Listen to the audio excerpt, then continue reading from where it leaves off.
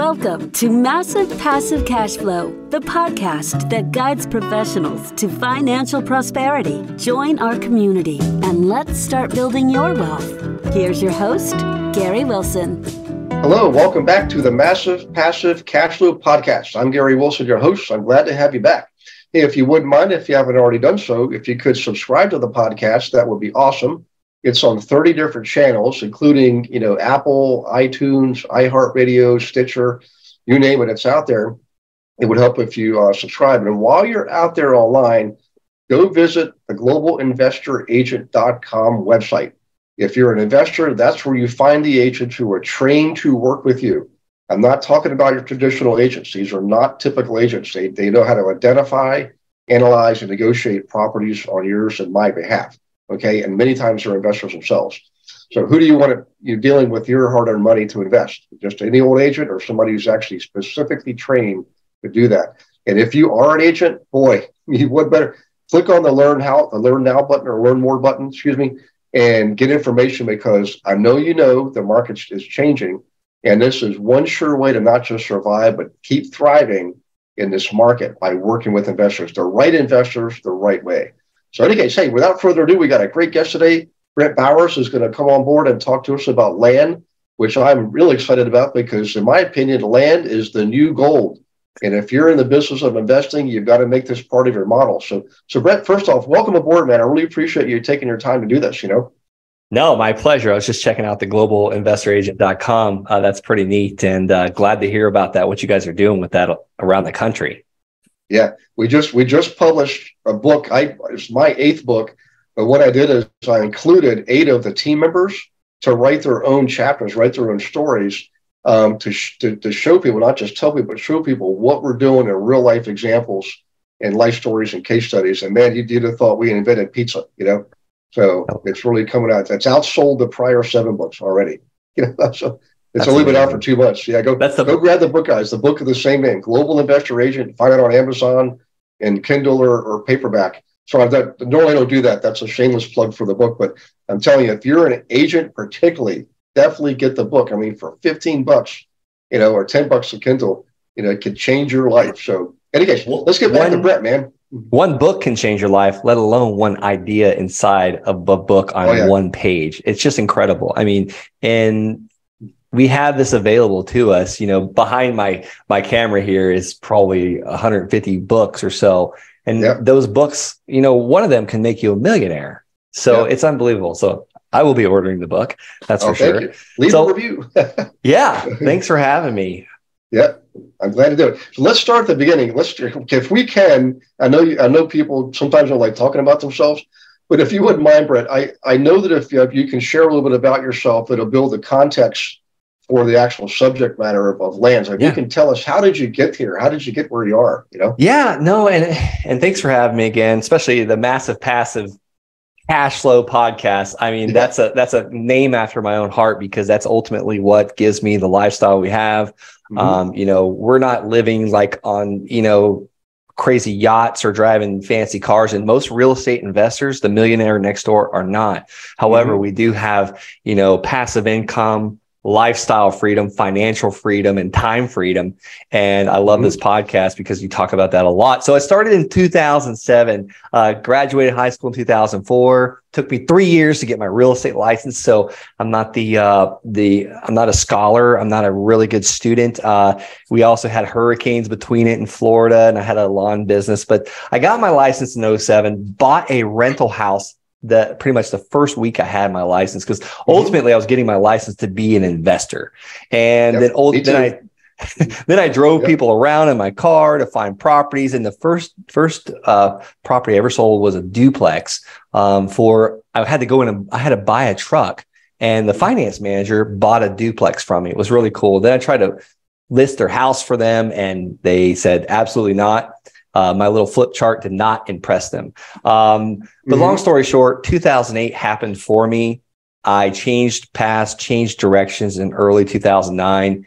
Wanted to go back to school because I ultimately was was driving people around for rental properties at that time. And it was terrible in South Florida. I would hurry up and try and get to the house ahead of time to bring my Lysol and open the windows and turn the air conditioner on, because these cheap landlords would turn the air conditioner off, and you just cannot do that in South Florida. And I would maybe make $300 in a week, and I'm pretty sure I spent $195 in gasoline driving people around.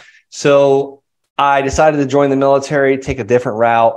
And here's the thing about that is you were always gone, always training, always preparing for a deployment or deployed if you were in a highly deployed unit, which both my units in the 8.5 years was extremely highly deployed. So first marriage did not work out because of that. I was gone all the time. And then I get married again to this amazing woman, and we start having babies very, very quickly. And history started repeating itself. And it's 2016. And I'm back into, flipping houses. I had about 8 rentals at that time.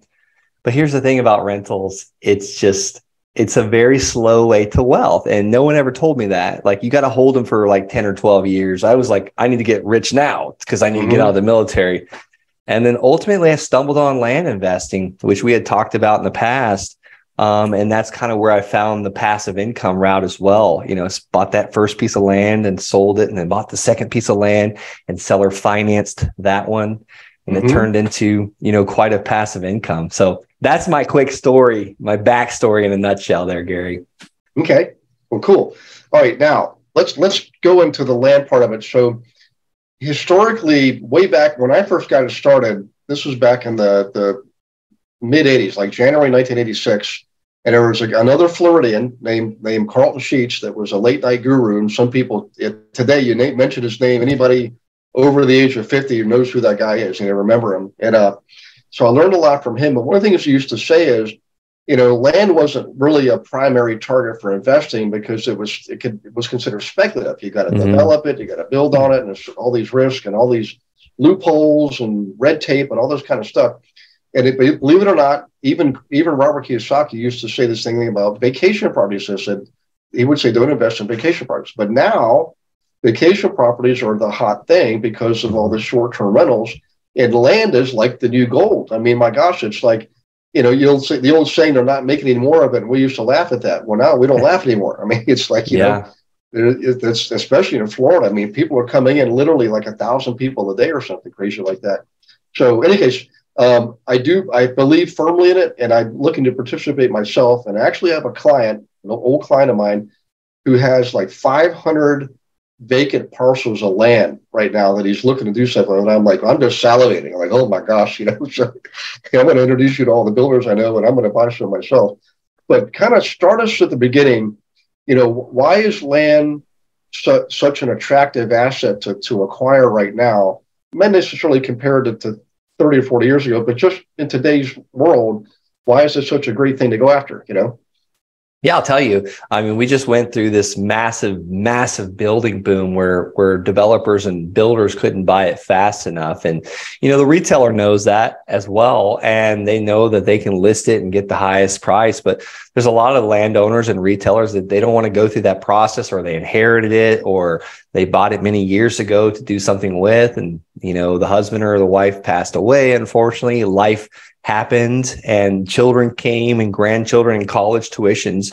But, why land is because, I see it as virtually hardly any competition, because most people drive by it every day and they don't see a way to make money on it. You talked about the vacation rentals. We see that as, okay, I can buy this house and someone's going to pay me per night to rent it, or I can buy this house and long-term rent it, or I can buy this house and flip it and renovate it and flip it for a quick profit. But people look at land and they don't see that.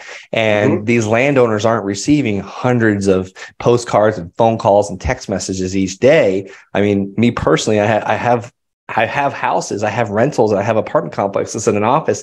I never get text messages and phone calls and mailers about that. But my land, I'm sorry, let me say that over. I get text messages and phone calls and mailers all the time about the houses and the office. But the lands, I'm hardly getting any of that, especially no phone calls or text messages. I do occasionally get a land offer letter that I teach people how to send for the 200 and something parcels of land that I own.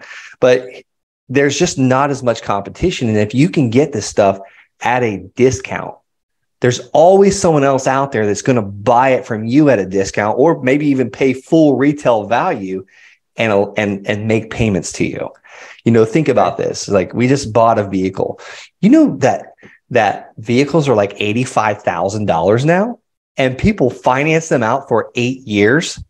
Crazy. And they don't even look at what they pay in interest and like 7, 8, 9, 10% interest. It's the same thing with land. They don't care as long as you make it easy for them to make a payment. And it's the same thing with mortgages on our houses. If you do a $200,000 mortgage on a house at 6% interest over 30 years, you're paying back $430,000. That's not really 6% interest. That's the same way we're selling our land. We're selling it, 9 to 12% interest for 30 years if possible. Okay. All right. So you mentioned the competition. There's not as much competition for land as there is for built upon land, land with improvements, which is the houses. But what are, for some of the people, for people who are looking at this and they're relatively new, we always get excited when something like this comes along, but we don't have the wealth of knowledge that you have. So what are a couple of the things you can tell people who are new to this when it comes to buying land and your first time for buying land, Yeah, I'll give you the steps exactly that I took. And, I made a lot of mistakes. So I'm going to tell you what not to do. But really, when I started out and I heard that first podcast about a gentleman that was buying land and like doubling and tripling his money, I was already mailing houses on the tax delinquent list, people that were behind on their taxes for their property. Now, do I only mail the tax delinquent list for land? No, I mailed the entire county once I've hit the honey hole. But I heard this guy talking about like doubling and tripling his money, but he didn't give us how to do it. So I want to make sure I tell you how to do it on this podcast so you can start doing it now and not make the mistakes I did. So basically, I had a list from the county. They were almost 3 years behind on their taxes. They were about to lose it to tax foreclosure because someone had been paying those back taxes. And it's about time to redeem that deed via foreclosure, via treasurer's deed. Now, this works in Florida where there's, county treasurers or tax collectors, tax lien and tax deed states. It works anywhere you have to pay taxes. So get a list from the county of the people that are not paying their taxes on their properties. That's the fastest way to start. Some counties charge for it. They charge a ridiculous arm and a leg. They're starting to do that more often. So just use PropStream and pull a list of actual landowners, but don't just pull the entire county list. Here's what I want you to do. I want you to go to Zillow and see what area the land is selling for. It might not be the whole state or the whole county. It might be a subdivision or a zip code or just a neighborhood. We'll find where that little cluster of yellow sold dots are on Zillow and click on every single one of them and write down how much it's sold for and how many square foot or how many acres, because you're doing a couple things here. One, you're seeing where the demand's at, where people are buying. You mentioned Florida. It's crazy. You look at the last 7 days in Florida, it's like, a billion fire ants on the state there. But you can narrow it down and see, okay, what's the average price per acre or square foot, by writing all those down. And then the most important thing, or the second most important thing I say, is what size parcel of land is trading the most? What's the most in demand size? Some areas it might be 10,000 square foot. Some areas it might be a half acre. Well, that's where you start with pulling your list on PropStream if you can't get a tax delinquent list. Okay. So there's two places you find the landowners. And I say start in your own backyard. That's exactly how I did it. What if you're in like an area where it's super dense? Then go a little further out. I recommend trying to stay within about a 2.5 hour time radius. You mentioned Canada before we started recording. I have some Canadian friends that are doing this in the United States. So sometimes you just got to do it virtually, But if you're in an area where there's land and you can do it in your own backyard, more power to you, because the first place was about 45 minutes from me and then it got a little further. All right, so you mentioned this is how you got started locally, and you just mentioned obviously there's land in all over U.S. and Canada, but how would, if I was living in Florida, would I use the same exact tools to buy land in, say, Texas or some of the other fast-growing states, Tennessee? You mentioned prop stream and like county records. I can see that because every area has county records, in Zillow courses everywhere, but those systems allow you to have access to information nationally, or something like prop stream. Is that something you have to buy access in every area that you invest in? I've seen it both ways, but I'm not familiar with that tool myself. So, well, the good thing is we have a realtor-based audience here, a realtor and investor-friendly realtors here, and you have the MLS. Use that. I'm not a realtor. I'm no longer licensed. I let that go when I was in the military on multiple deployments. However, I love places like I love Redfin for places like Texas that are non-disclosure states. Florida's easy. They show everything. So that's where I would use Redfin. They show the last listed price, but that's when I really like those non-disclosure states like Texas. Yeah.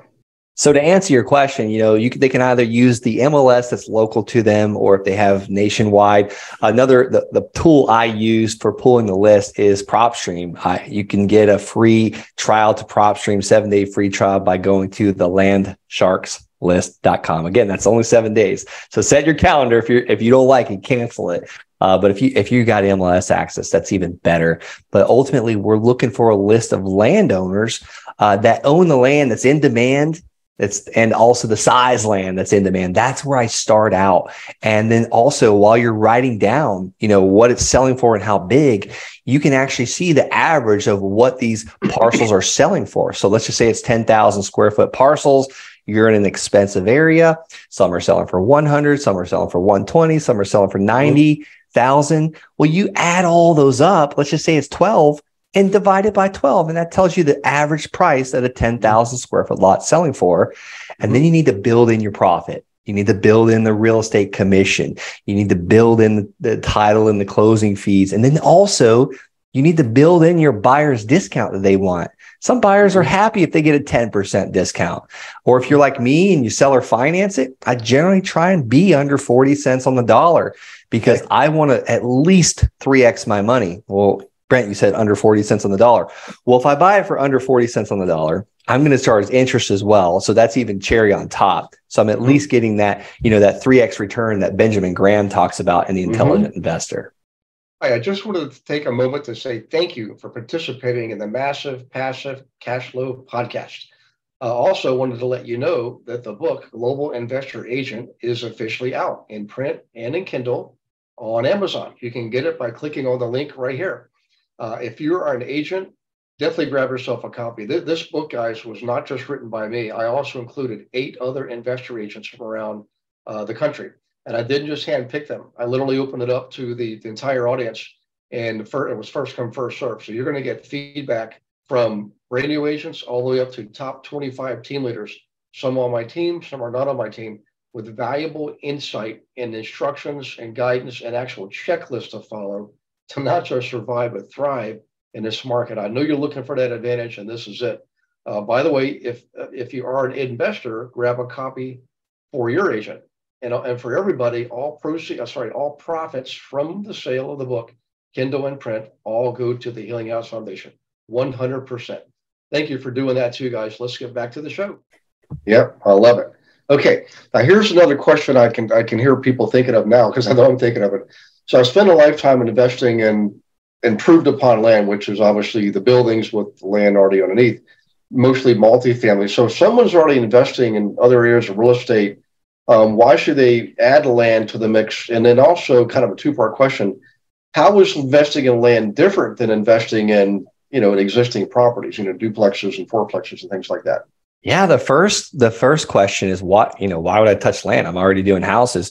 I hear from people all the time doing houses and apartment complexes that they just completely pass over the land leads. And I personally was one of those. I wasn't even looking at the land tax delinquent list. I was having my virtual assistant, Rachel, scrub that list. And we were not mailing that land until I heard that guy on the podcast talking about doubling and tripling and quadrupling his money overnight. And I was like, oh my goodness, we have gold here. Like you said, we have gold in our database. So I mailed a postcard, and these were people that were almost 3 years behind on their taxes for their land, and they were about to lose it. I mailed 687 of them a postcard that said, Hey, Gary, my name's Brent. I'd like to buy your land at 123 Main Street. If you'd like a fair cash, no hassle offer, call me or text me. God bless you. And that phone rang off the hook. And I would totally give that for free. That postcard that I used, it's a handwritten postcard. Just go to the landsharks.com/postcard. We bought so much land from that. And, the second part of that question was, shoot, I forgot the second question. How was it different? How was it different? You probably already touched on it already as far as structuring and percentages and so forth. But really the second part was, how was investing in land different from investing in single family or multifamily? Yeah, I appreciate that. It's getting towards the end of my day. I'm getting worn out here. So how is it different? I would say less emotion. I've sat on a lot of dirty, stinky cat pee couches in houses with the building like interior falling down. One, my son was like 2 years old, and I was like, he probably should not be in here with me. Yeah. But I had to negotiate and have tea with this lady. Not that I'd mind. I love people, and I loved it at the time. It got really turned into work for a while. But all the land deals I've ever purchased, I've never had to sit on someone's couch at their home.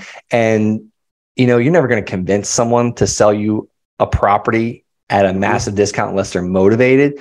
Yeah. But I've never had to actually go to someone's house on a land deal. It's all virtual. Most of the time it's virtual. Even if it's local to me, like the land, I'm not actually sitting on the couch with them.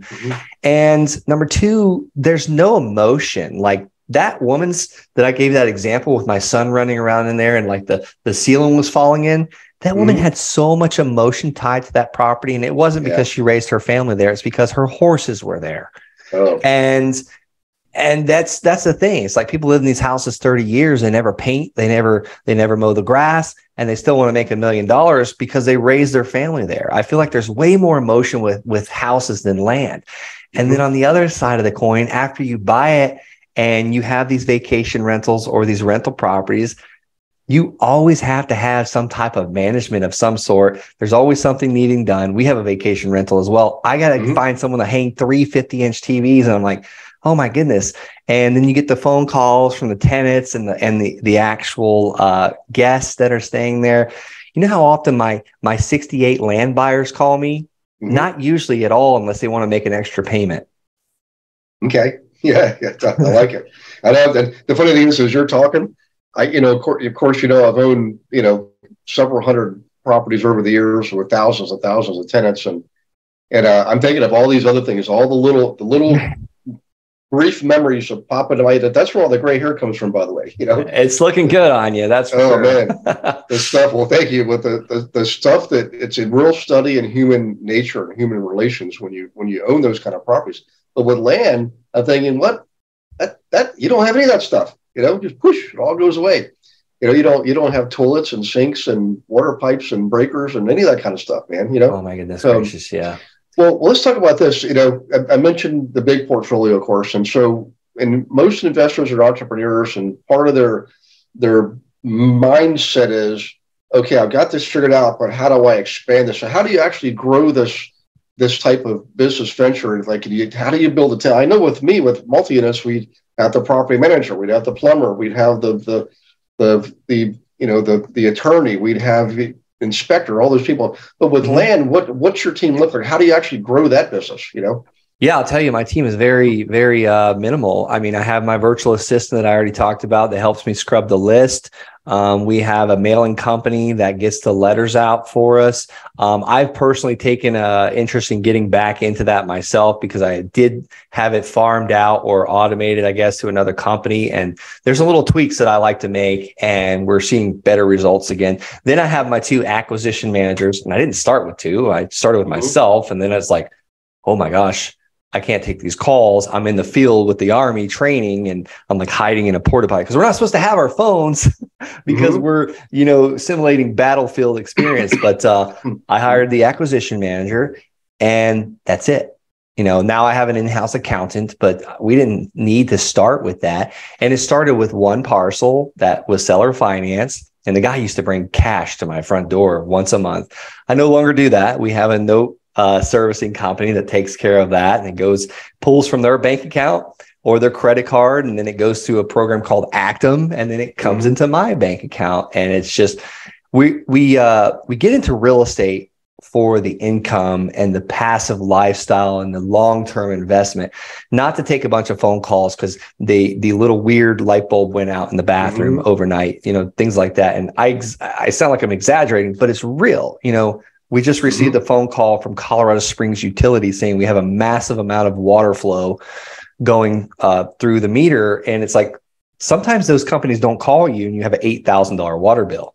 Well, that just also happened to me. And now I'm not going to make any money on this rental property for almost 3.5 years. But land, I talked about a couple examples. That second one that I bought and sold, I bought it for $500. Now, there are deals out there you can buy for $500. Are there a bunch of them? No. But I started there. I bought that for $500 and sold it for $500 down. A day later. So I get my security back out of it. And now the next month I'm profitable. That didn't happen on my first several rental properties. Right. Yeah. Well, I'll tell you what, I know we're kind of getting close to the end here, but I still have a few questions if you don't mind. And one of them has to do with the fact that obviously you're a veteran, and I appreciate that. I come from a family of servicemen and women, going back a long time. And on my team, personally, I've got two retired Air Force guys. And I've had over the years of all the investors that I had that when I was serving people, one of the top groups of people were military, active duty, reserves, retired, Air Force, Navy, Army, Marines, Coast Guardsmen. They make great investors. So is there anything that veterans need to know about investing in land? I mean, something that's available to them that maybe regular citizens don't have available to them, that kind of thing, Absolutely. I mean, this changed my life. So I wanted to get out of the military because I just couldn't keep being away, and I didn't want history repeating itself. But you're right. As a military person, I tried to buy a house in every duty station that I went to. Not possible, because sometimes it was Germany and all over the place. But I kept a few of them. And what I agree with you, the whole veteran, they do make amazing investors, because you can use the money and put it away. You're not going to rely on that money to pay your bills. That's what's so great, because here's what's cool about the military. We're paid every 2 weeks, and we know we're going to get paid. And that was what allowed me to take risk in my land business, what allowed me to buy even though I was scared to death to buy that third parcel that was $4,500. I knew that our household was going to be paid for, our food, our groceries, our diapers, all that. And when I sold it for $9,800, $4,500 turned into $9,800 at 9% interest, I'm still getting paid for that piece of land today.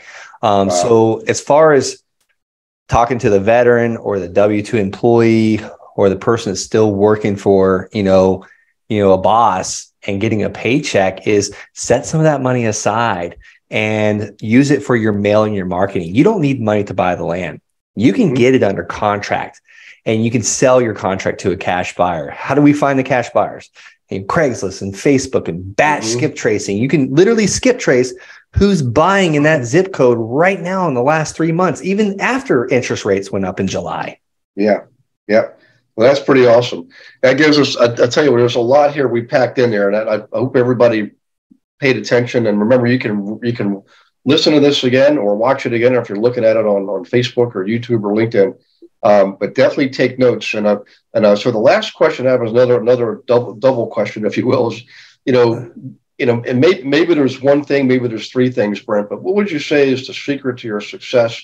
And what's your next big goal in life? What are you looking to, what's your vision for the next step? I would say the secret to my success is, I surround myself with good people. And your audience, some might be thinking, well, I'm not surrounded by any good people. I hate the people I work with, or I'm in the military and everyone's negative. Well, I already talked about Benjamin Graham, The Intelligent Investor. I'm looking at another book from Tony Robbins, got his huge face on it. You can surround yourself with people by just reading their books or listening to their audibles, or, the Massive Passive Cash Flow podcast. Like, you're hanging out with Gary Wilson if you listen to his podcast every time one comes out.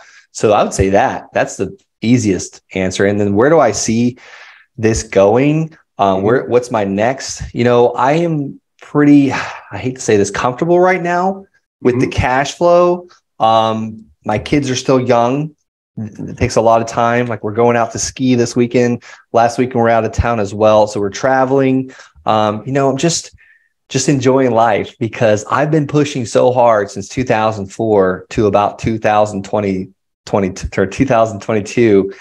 So that there's seasons for hustle, and I've been doing it for a while. And also just seeing my students' success. And I know you know exactly what I'm talking about, Gary.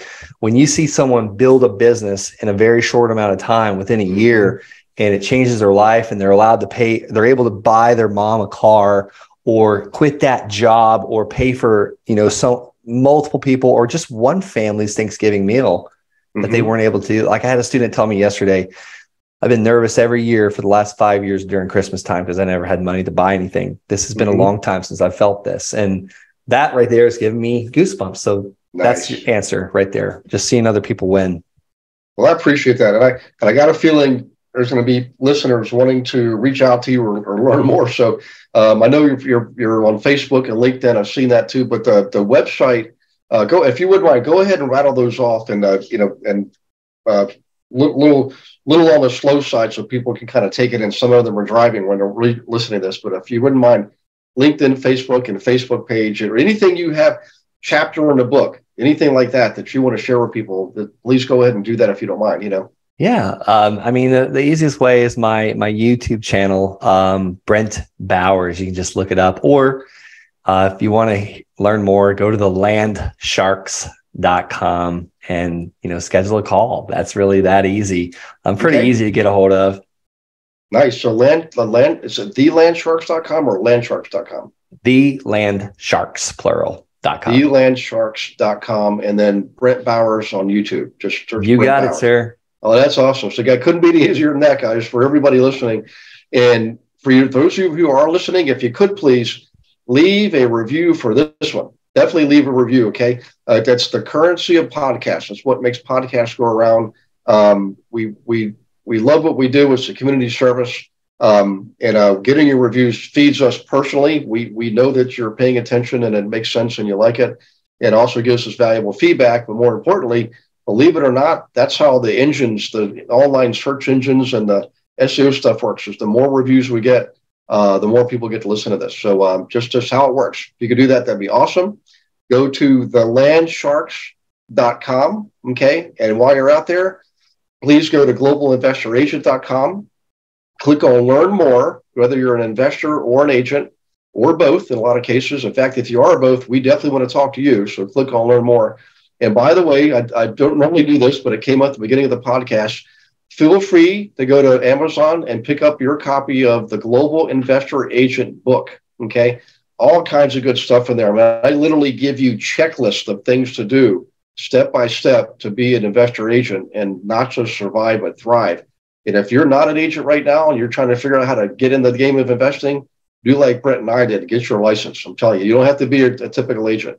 Be an investor agent. That's how you do it. So you guys take care of yourselves. God bless yourselves and your families. And Brent, same goes for you. And we'll see you on the next Massive Passive Cash Flow podcast. Thanks for listening to this episode of Massive Passive Cash Flow. Be sure to go to realestatewithgarywilson.com to join our community and start building wealth today.